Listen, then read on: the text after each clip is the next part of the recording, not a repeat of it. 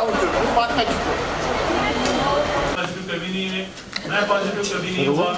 तो आप ये स्टिग्मा ना करवाएं बच्चे को। एक पर्टिकुलर स्कूल्स हैं, गवर्नमेंट स्कूल्स हों या प्राइवेट इदारे हैं या कोचिंग इंस्टीट्यूशंस हैं, विद इन नेक्स्ट 10 डेज उनके पास अपना एक स्कूल सेफ्टी प्लान होना चाहिए कोविड मैनेजमेंट को लेकर, ताकि कोई भी विजिटिंग टीम, होता क्या है कि हम इंस्टीट्यूशंस में ऐसा देखा गया, फिर कुछ इंस्टीट्यूट बांध भी रखे, तो आपका जो स्कूल सेफ्टी प्लान आपका होना चाहिए कोविड मैनेजमेंट को लेके, उसमें एक टेम्पलेट भी थोड़ा डॉक्टर रुबानी साहब बना देंगे, आपको हम परसों तक हम भेजेंगे, उसके बेसिस पे अपना बना लें। दूसरा, जैसे मैंने कहा कि अपनी लेवल पे आप इनोवेशन ले आए।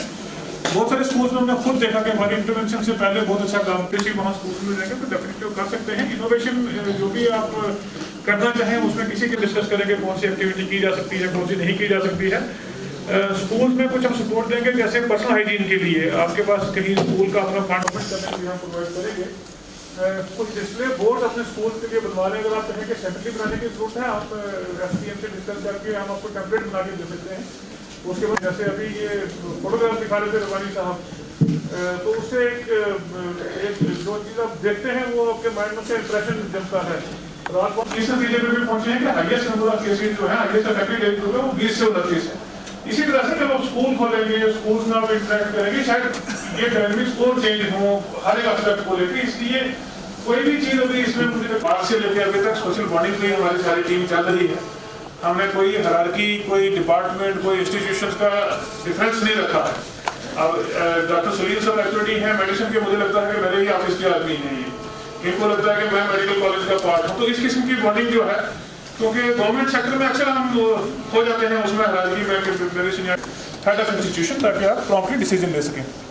ट्रांसपोर्ट का RTO साहब है इस बार, क्योंकि हमें एक और फंक्शन में भी जाना है वहाँ MBD का, तो इसके बाद ये भी 2-4 मिनट डिस्कस करेंगे कि ट्रांसपोर्ट की पूरी गाइडलाइन हम करेंगे। गवर्नमेंट स्कूल में तो ट्रांसपोर्ट का आई थिंक इंस्टीट्यूशन नहीं है, लेकिन प्राइवेट जो आपको हर किस्म की सपोर्ट मिलेगी। जब आप अपने स्कूल का प्लान बनाते हैं, जो भी आप इनोवेशन में चाहते हैं या बच्चों के लिए आप प्लान बना रहे हैं, कोई शॉर्ट कमिंग है, स्कूल रहेंगे डॉक्टर रुबानी साहब के साथ, डॉक्टर सलीम साहब और इनकी टीम के साथ। उसके बाद जो भी आपके पॉइंट्स हैं वो आज की मीटिंग के प्रोसीडिंग एसेंस साहब ड्राफ्ट जानते हैं कि पिछले 1 साल से कोविड की वजह से तमाम जो स्कूल हमारे हैं वो बंद रहे हैं।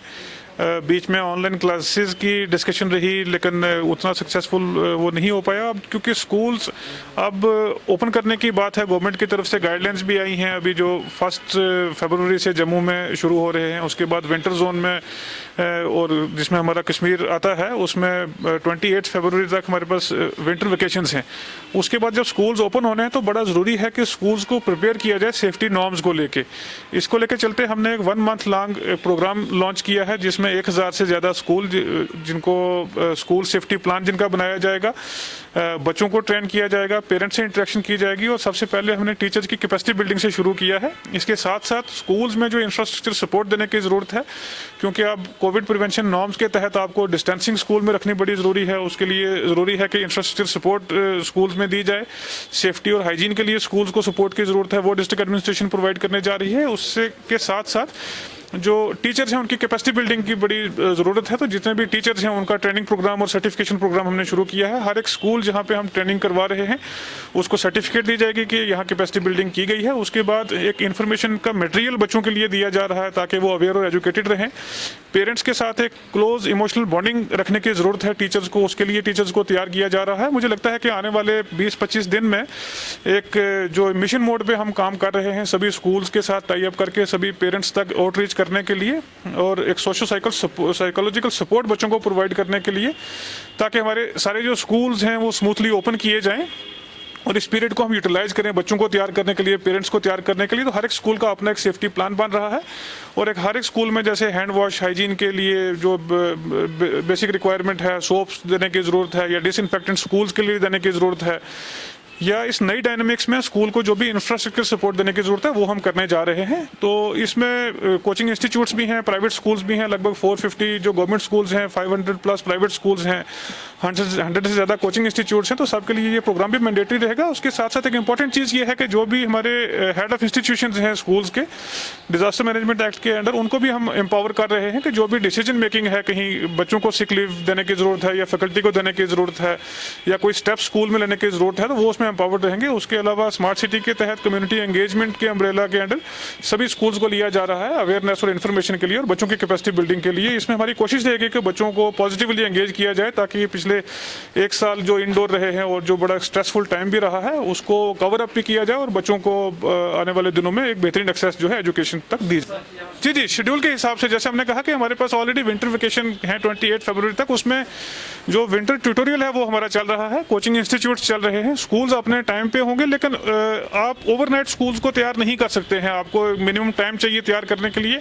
जब हम 1000 स्कूल की बात करते हैं तो मिनिमम आपके पास 3 to 4 वीक्स लगेंगे इन स्कूलों को तैयार करने के लिए, जिसमें इतना मैसिव नंबर ऑफ स्टूडेंट्स है, लगभग 1,40,000 के आसपास स्टूडेंट्स हैं जिन तक ये मैसेज जाने की ज़रूरत है कि क्या नए प्रोटोकॉल स्कूल में होंगे।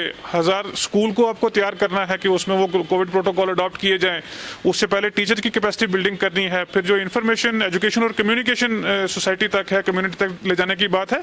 तो ये एक बड़ा शॉर्ट टाइम है जिसमें इतना बड़ा चैलेंजिंग टास्क है। हम सब स्कूल एजुकेशन के जो मेंबर्स हैं, पेरेंट्स की एसोसिएशंस हैं या प्राइवेट स्कूल एसोसिएशन है, कोचिंग सेंटर्स के लोग हैं और खास करके स्टूडेंट्स हैं, इनके साथ मिलकर अकम्प्लिश करने का लेके चल रहे हैं। From Angels, principal of Angels convent school Natipura Srinagar. So हम यहाँ पे आज मीटिंग इन्होंने बुलाई थी कि for reopening of the schools, तो हम यहाँ पे डिस्कशन इन्होंने बताए फैसिलिटीज़ देंगे, बट लेकिन I think one, so how can we know that every student is not a COVID patient? This is the main problem. How can we know it? Every student is a COVID patient, so that we must have a certificate or something else from the parents that our ward is not a COVID patient. So that is, I mean, or teachers, our staff members. चलिए, जो हमारे बच्चे हैं school में पढ़ते हैं उनके parents को हमें ये फिर जब स्कूल रीओपन हो जाएगा, चलो उससे हफ्ता पहले या 2 दिन या 3 दिन पहले एक मीटिंग बुलानी है उसको, उसके बाद उनको कहना है कि अपने बच्चे की जो उन्हें चेकअप करवाया है, क्या आपका बच्चा जो है वो कोविड फ्री है। आपको कितना चैलेंजिंग लगता है कि स्कूल फिर से ओपन होंगे कोविड के बाद में, बच्चे वहाँ पे, बच्चे ही नहीं साथ साथ में स्टाफ भी होगा, तो it is a tough job, it is a too much tough job, ये बहुत ही ज़्यादा टफ जॉब है क्योंकि असेंबली करनी है। अब आप बोल रहे हैं मील्स, ये कह रहे हैं मास्क लगाना, डेफिनेटली मास्क लगा के है, लेकिन छोटा बच्चा है, ये एडल्ट नहीं है, सारे बच्चे 9th 10th के नहीं है, छोटे बच्चे हैं, बिल्कुल छोटे बच्चे हैं, ये कैसे कर पाएंगे? मतलब अगर लंच खाना है बच्चे को भूखा तो नहीं रखेंगे ना, बच्चे को तो लंच खाना मौसम होता नहीं। और कितना आप एक सिंगल टीचर या 2 टीचर्स क्लास में होंगी तो कितना केयर करेंगे ये बच्चे को, वो भी देखना है हमें, उस चीज़ की भी हमें चाहिए कुछ गाइडलाइन। अगर बच्चा है, डेफिनेटली बच्चा क्लास में है, टीचर की नज़र उधर भी पड़ेगी, टीचर की नज़र इधर भी पड़ेगी, क्या पता बच्चे ने किस चीज़ के साथ हाथ लगा। हाइजीनिक रखेंगे हम, चलो ठीक है, हम सैनिटाइज करेंगे स्कूल को, तो क्या पता कौन अंदर आया कैसे, ये एक वायरस है जो इनविजिबल है। आपकी तजवीज़ क्या रहेगी, फिर कैसे रीओपन होना चाहिए स्कूल?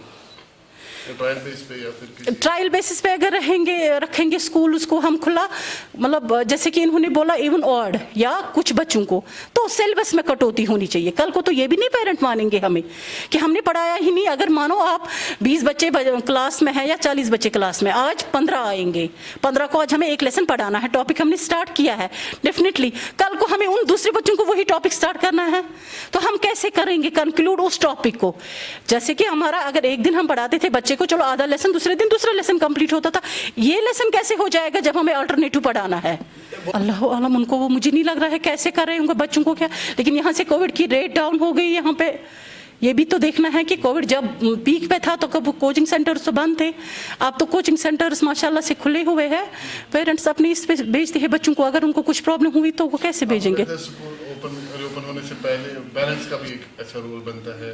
बिल्कुल, definitely parents, there is a good communication between parents and teachers. तो अगर मार्च में स्कूल खुलेंगे तो क्या कुछ तैयारी है आपकी, कुछ मार्च तक?